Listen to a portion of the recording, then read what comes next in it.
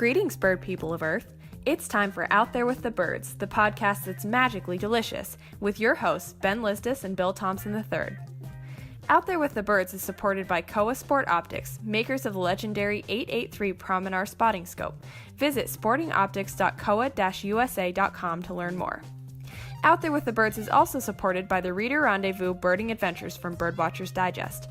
Come birding with us in our favorite places. Learn more at birdwatchersdigest.com/rr. And now, here they are, Bill and Ben.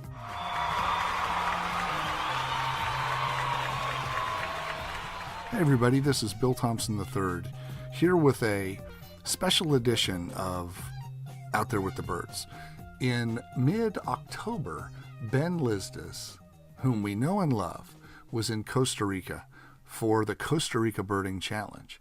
Immediately on the heels of that, I took off and went on a birding familiarization trip to Taiwan. So Ben and I never got to connect to do this episode, but he was thinking. He had his trusty iPhone with him, and he recorded an episode of Out There with the Birds during the Costa Rica Birding Challenge. I hope you'll enjoy this special edition of Out There with the Birds with Ben Lizdas in the fabulous country of Costa Rica. This is Ben Lizdas with a report from out in the field from Costa Rica, where I recently participated in the Costa Rica Birding Challenge. This was a bird race put on by various entities in Costa Rica to highlight the diverseness of the country, the proximity of all the birding regions, and how incredibly amazing it is to have an opportunity to bird in such a small place and see a vast number of species all in one go.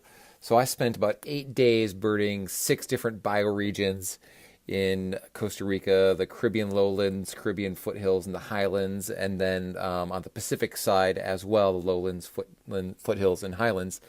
And in that period of time, with some pretty intense birding, was able to rack up an impressive total with my team, the Red Star Wranglers here, of 476 bird species. Between the 3 teams that compete in this competition, we saw 550 species of birds in that short period of time and walked about 80 kilometers. So certainly the kind of experience that's not for the faint of heart. However, Costa Rica has something to offer for everyone. So I had a chance to talk bird races with Jonathan Myrov, who was there. Now, Jonathan's a familiar name. You might recognize him from the Champions of the Flyway bird race in Israel. So talked with him a little bit about bird races. Talked with Ed Hutchings from the UK, a writer for Birdwatching Magazine, about moths and other wildlife that we saw in Costa Rica. Had a chance to catch up with Pablo, who is the founder of the Macaw Eco Lodge, about some of the sustainable practices that he puts in place at the lodge and how that's really become culturally in sync with a lot of the lodges and general people of Costa Rica. And then finally I had a chat with Dragan Simic, who's a blogger for 10,000 Birds from Serbia, and wanted to get his impression of birding in Costa Rica, as this was his very first time birding in the New World. So really some interesting conversations to cap off a fantastic week of birding in Costa Rica. Let's hear a little bit about what these fine fellows had to say. And if you ever get a chance, I would highly encourage you to consider investigating a trip to Costa Rica, checking out the birds, the wildlife, the gracious people there. I don't think you can go wrong. All right, so I'm here at the Macaw Eco Lodge in what part of Costa Rica are we in? We're on the Central Pacific of Costa Rica. Okay, and I'm talking with Pablo, who is the proprietor of the lodge. And one of the things I'm really fascinated by with this lodge is some of the sustainability practices that you've put into place. And I was wondering if you could tell me a little bit about some of the things that you've done to make your lodge as eco-friendly as possible, because I think that's one of the real draws to it. Exactly, and the food too, because we're self-sustained 70% on food. We produce a staple food of Costa Rica, rice and beans. We plant it and we harvest 2 years without buying a grain. Wow. That's and that's a lot of rice and beans. That's a lot of rice and beans, exactly. And we make the bread, we make the tortillas, we make from the fruits that we have, we make the jellies in the morning. So we put a lot of love and effort to produce our own food and bring it to the table. Farm to table with love. And what about the infrastructure here, which is pretty impressive? This is not a rustic place, I would say, by any means. I would say this is very, very well polished. Exactly. That's one of the things that we want to show to people, that you can be sustainable and also have good quality lodge. You know, the things and the facilities are very well designed. We use three types of wood: recycled wood to build the main structure of the building. We use recovered wood to do the framing, and all the walls and floors are made out of teak that we planted 30 years ago. So we planted, we wait for it, and we have a portable sawmill, so we mill the lumber on site. And what about the energy here? The energy is 100% solar. Sometimes we have for problems when you is overcharged, but we design it to be that way to produce, so everything is very efficient. And it forces us to make things the old-fashioned way, like the coffee. We don't use a coffee maker. We have to do it the old way. Things like that people really appreciate, like cooking with wood, you know.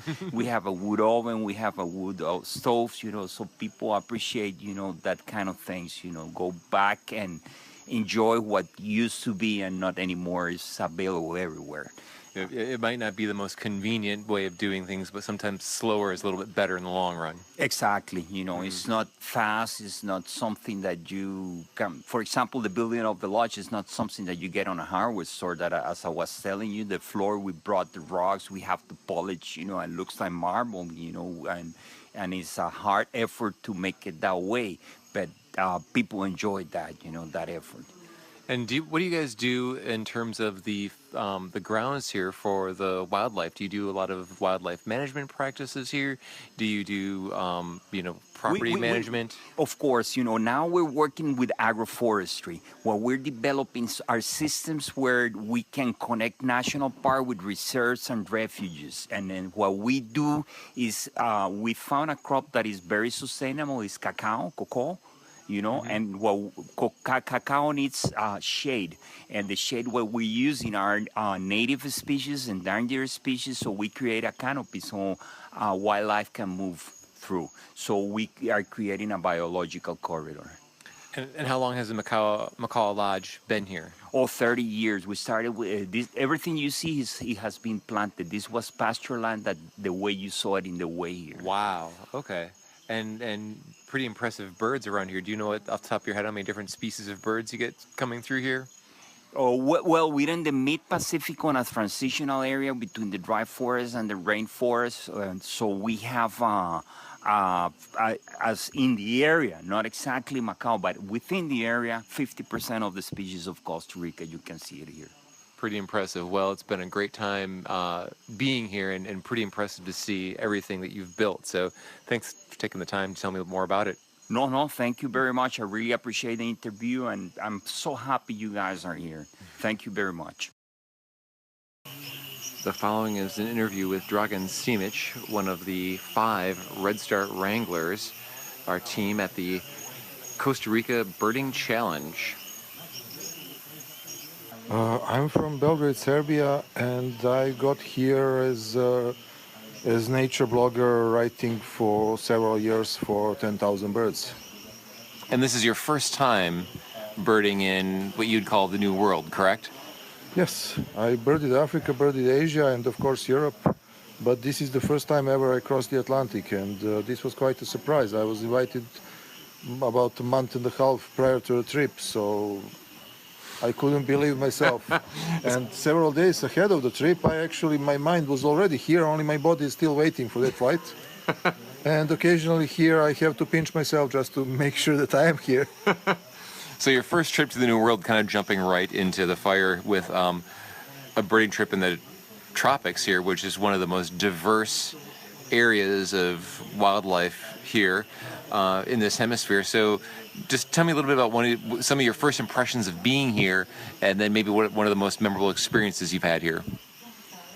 Well, I mean, one of the experiences is birding with several bird guides. And it is not my first time. Prior to that previous trip to Greece with a bunch of bird guides from several European agencies, I thought bird guides are guys like the rest of us, but no. They are birders on steroids, and birding in such a group is such an intense experience. Birders on steroids. All right, and so the guides are one thing. Tell me about a memorable bird experience you've had here. Well, the first day was I was watching at all those colorful birds, all those shiny birds, and then the second day I realized, well, those birds are easy. You can quickly learn them, you can easily ID them, and those tricky ones aren't even LBJs, they are not little brown jobs, they are mostly little bright green jobs. And I'm still quite uncertain with them. Also with New World walrus, all those yellowish things that is mostly confusing. But also one thing, there's so many more songbirds than non-passerines. It was something of a surprise. I mean, with non-passerines, you can easily ID most of them and get the numbers higher, but songbirds are a different bunch. And today we were out and saw probably one of the most iconic birds of Costa Rica. Yeah, today we had the resplendent quetzal, and that was quite a surprise. I always expected for that bird you have to walk through some slippery forest trails and having mobility issues. I at first thought, well, there's no chance I will ever see that one, and then that one was on a roadside. Yeah, I mean, my smile is still on my face. I still cannot believe I had it. Yeah, I would say out of all the birds here in Costa Rica, that is probably one of the biggest showstoppers, right? Well, definitely. Definitely, but I mean, there's these little hummers. I mean, first day we had so many hummers that I no longer have a clue what I have observed then. And I made a beginner's mistake. I'm not a bird photographer, but I tried to photograph some of them, and it was such a frustrating experience that after that I completely gave up on attempting to photograph them. And so, how does this compare to birding in Belgrade, where you're from? Oh, well, let's say birding in Serbia.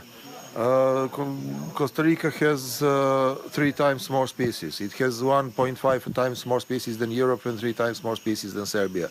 So yes, it's far more satisfying, especially for someone who used to live in the south of Africa and is used to higher diversity than now has at home. All right, well, thanks a lot for talking with us, and enjoy the rest of the trip. Thank you. All right, so here I am talking with Jonathan Myrav in the super humid tropical evening in Costa Rica. Another one of our participants in the Costa Rica Birding Challenge, but not a member of the Red Start Wranglers. Jonathan, I guess you're the competition here, huh? Well, yeah, I guess we are the competition, but it's all friendly and it's all awesome, really enjoying fantastic birding, and yeah.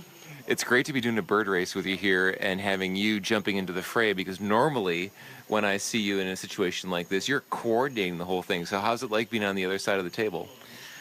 It's fantastic. I mean, I really enjoy bird races. It's not my favorite kind of birding because, as you know, it's not really fun birding. It's a totally different experience, isn't it?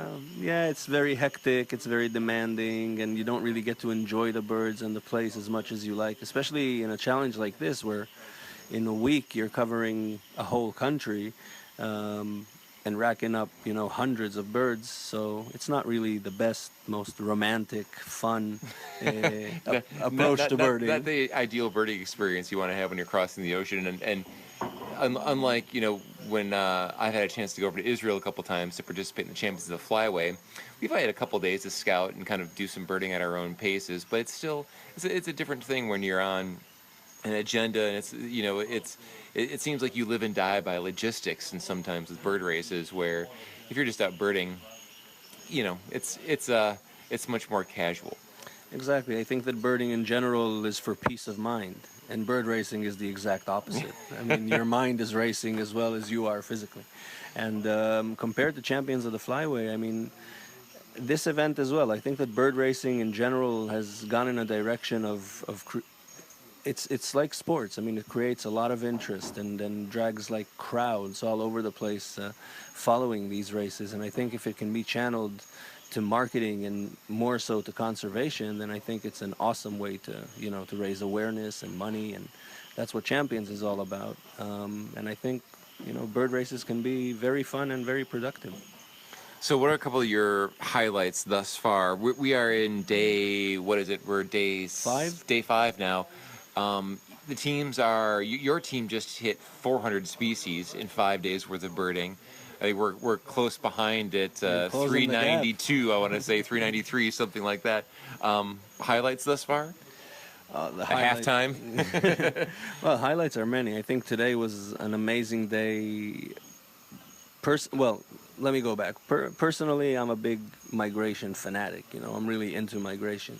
And on day 3, we've been seeing raptor migration, this America's flyway going on in front of us from the get-go. But on day 3, we really experienced this massive, river of birds, of broad-winged hawks and some other. How many did we see, do you think? I think about 20,000 in a couple of hours. The volume is just overwhelming, and all these birds just, zooming through. We were standing in the southern tip of Costa Rica and seeing them gliding into Panama and continuing, and really that was for me, a near religious experience, just standing there and at one point just not even lifting binoculars, but just, staring up to the sky at this amazing river of birds. And that was a big highlight. There were many species, that I wanted to see and that we're managing to nail, and getting, the quetzal today was, quetzal is a bird that doesn't matter how many pictures you see, how many videos you see, once you see it in person, it just takes your breath away. And we've been visiting some incredible landscapes. Again, yesterday, Copal Nature Reserve, just pristine forest the way it should be, with massive flocks of tanagers and other species, flocks of 100 birds and 120 birds just moving through the canopy, and you need to try and pick up, as many as you can. And one of the things that I've always kind of have in my mind as I'm here experiencing this is trying to contrast how different it is from birding back home, and yet recognizing the points where it really is quite similar. You're in a situation like this where migration happens in the one hemisphere and it happens in the other hemisphere, so you can always find things that bring you back to home.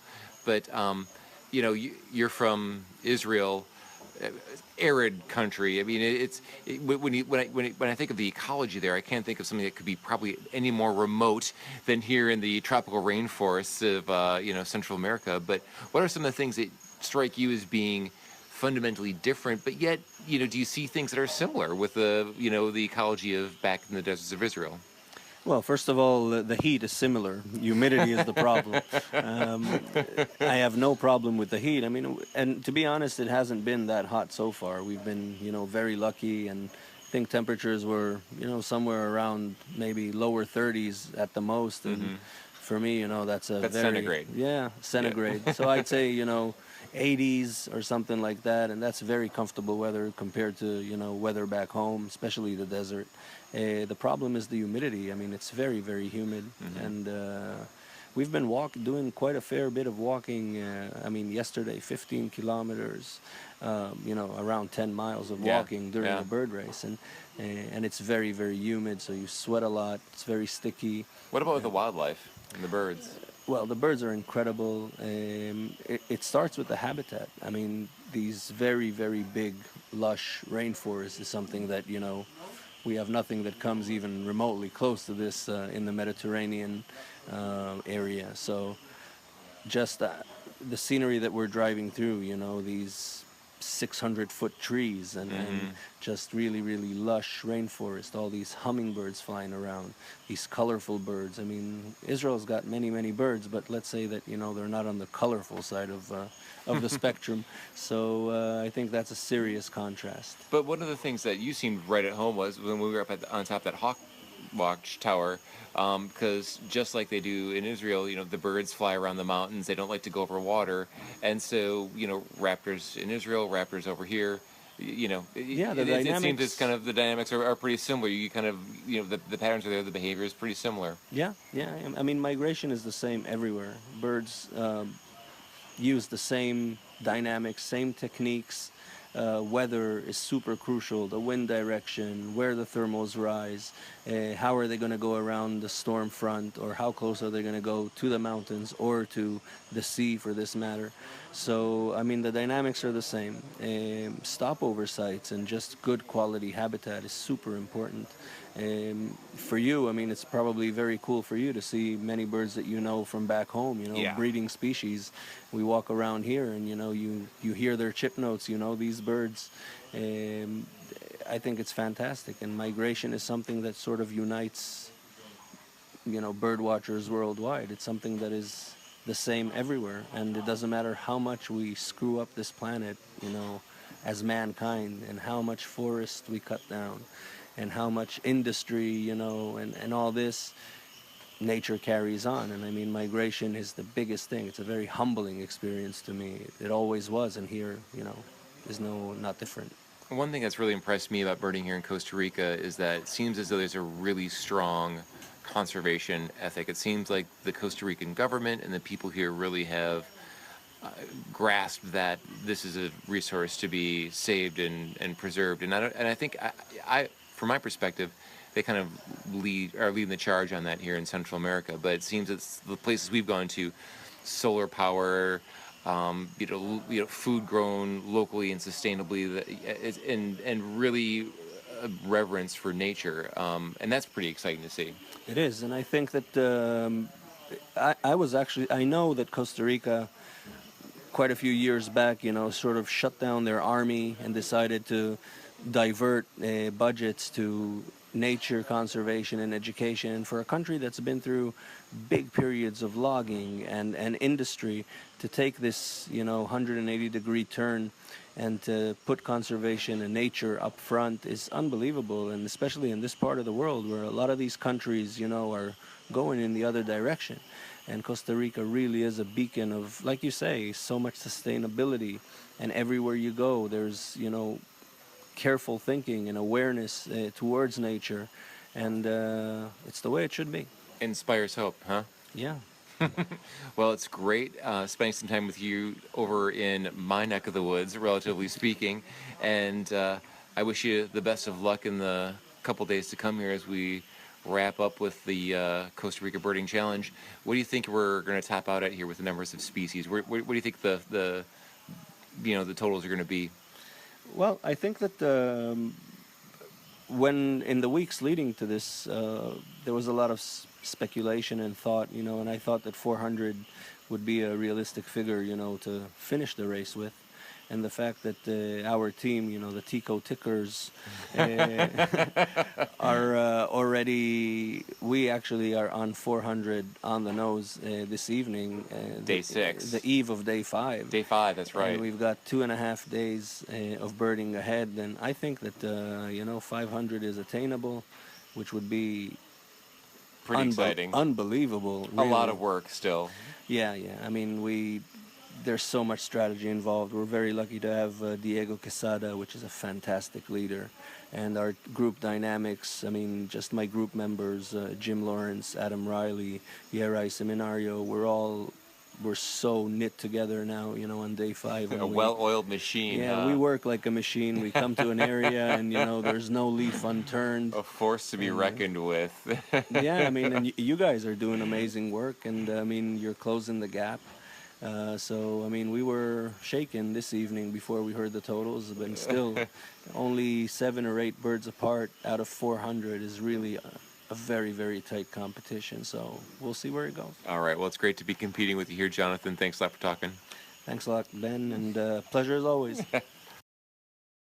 So I'm out here on the porch of our little cabina here at the Macaw Eco Lodge with fellow Red Start Wrangler, Ed Hutchings. Ed, thanks for joining me.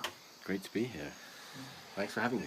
And if you can't tell from his charming accent, Ed is neither Costa Rican nor from the US of A, but one of the former imperialists from the United Kingdom. He's from the great nation of England, home of wonderful things such as tea, the Beatles, and what else? Cricket.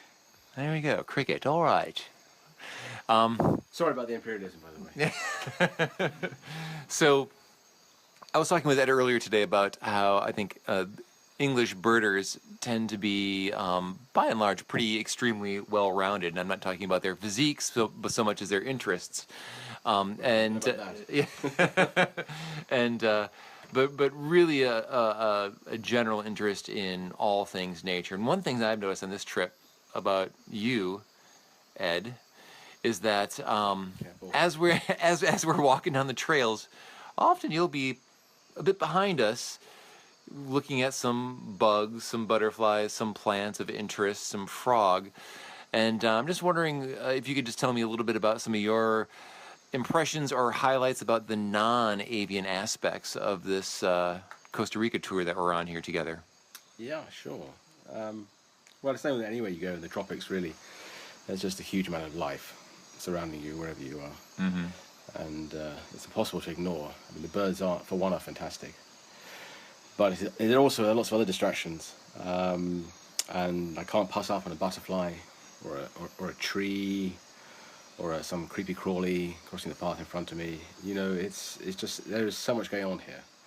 But sometimes it's hard to, get out of a couple square meters of space. Actually, if you look too hard, you could stay in one spot the whole day. You could spend it all day if you really wanted to within a space of sort of 10 square meters. Really, if you wanted to get down to it and see everything. Mm-hmm. Really, there's just so much going on. I thought it was really cool how we got to see a little bit of those worlds collide in kind of a little bit of a staged effect with the moth screen at Rancho Naturalista. Tell us a little bit about kind of what we saw there, I guess, the night of, and then the following morning, the cleanup crew coming in. Yeah, it was very busy that evening when you and I went just before bed to check the screen. It was practically covered, and the following morning as well when you. This is like just a little background. This is like a white sheet. Yeah, that's with a light behind it to attract the moths, and they settle on the screen. And the next morning we went there, and there was tons of stuff. And you were very very kindly was my photography assistant shining the light on them. Mm-hmm. But we went there an hour later, and the light was just starting to come up, and there were all manner of birds feeding on the moths, and that was clearly a local buffet that they're switched on to, and that's clearly how they spend their early mornings is cleaning up. And some of the birds were actually feeding some young, so it's they know it's a ready source of food. Mm-hmm.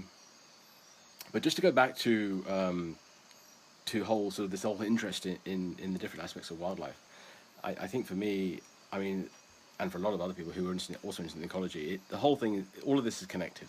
I love my birds, but they're part of an ecosystem. And they're all part of cogs in this huge wheel, and hence the interest in all of them, and the diversity. I think it's great being a birder, but I think it can be so sort of channeled and and maybe sort of a bit sort of I don't know, one dimensional. I find too that being in a place as diverse as the tropics, the doorway to being fascinated by some of the diversity with things like the moths and the butterflies, for example, is just so much more wide open. You don't have to look very hard to see spectacular creatures in the insect world down here. A lot of the reason I think people can point to birds as being so charismatic is because they're large and they're flashy, and it's easy to find examples of birds that just are eye-catching. But in some of the more temperate climates, I find that the bug life might be a little bit shabby sometimes unless you're looking really hard. But boy, down here when we were looking at some of the moths under that moth light, just exquisite beauty. I mean, the colors palettes that we're seeing and the diversity in size and shape and some of the features, just mind-blowing. Yeah, there's enormous diversity. I mean, they haven't actually discovered or catalogued all of the moths in the near tropics yet. I mean, there are still lots to be discovered. Mm-hmm. So we're really looking at the sort of tip of the iceberg. But yeah, you're right. It is the staggering diversity and the sheer range of different sort of sizes and colours and shapes. So what was what were a couple of your top non-avian highlights of the trip? We could include mammals in this as well. We actually saw a pretty spectacular one today. Yeah, we did. We saw the northern tamandula, which is a small arboreal anteater. Two-toned, yeah, about 1 meter long. And I got pretty close to him, actually. Got some great shots off. So, yeah, that was a highlight. But, yeah, it's there's just so much going on, and it's just impossible not to sort of kind of take your eye off the birds for a second and just enjoy something else going on. And it would be a shame not to, Yeah. It would be a shame not to. It would be a shame just to come here and just bird. But also, trees is another thing here. These wonderful, huge trees we saw today with the massive buttresses. What were they? By the way, he's interviewing me very late, so I'm slowing down. That's my excuse anyway. You'll be off the hook soon, I promise. So No, it's my pleasure. What is it? The cashew, the wild cashew we saw. I mean, they're enormous, great big things. yeah, and then and you look up in a tree too, and you see a dozen different plants growing within that tree as well. Yes, absolutely. The epiphytes and The bromeliads. Bromeliads, yeah, and the trees in themselves are an ecosystem. Yes. And so many creatures just depend on that single tree, and many live in it just their entire lives. So it's a kind of a world inside a world, really, the tropics. Yeah. So, quick question for you here: what do you think is the first bromeliad you're going to see tomorrow? Now you put me on the spot. It's a trick question. It's a pineapple for breakfast, right? Yeah, you got me. All right, Ed. Thanks for being a good That's sport. my nickname. Yeah. Cheers. My pleasure.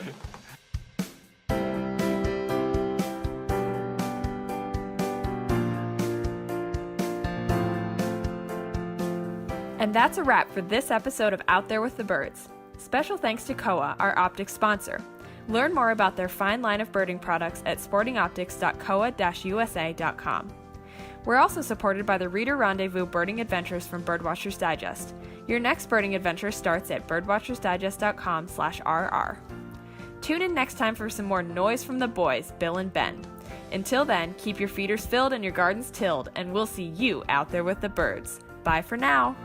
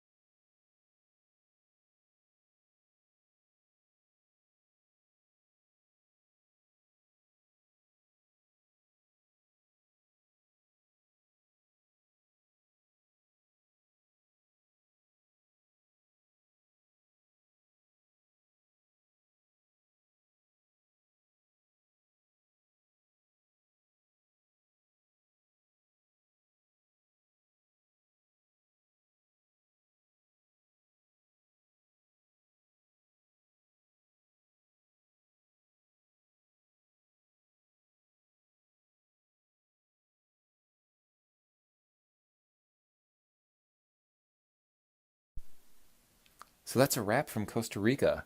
Many thanks to Sergio and Adriana and the folks at Futuropa for hosting this fantastic event.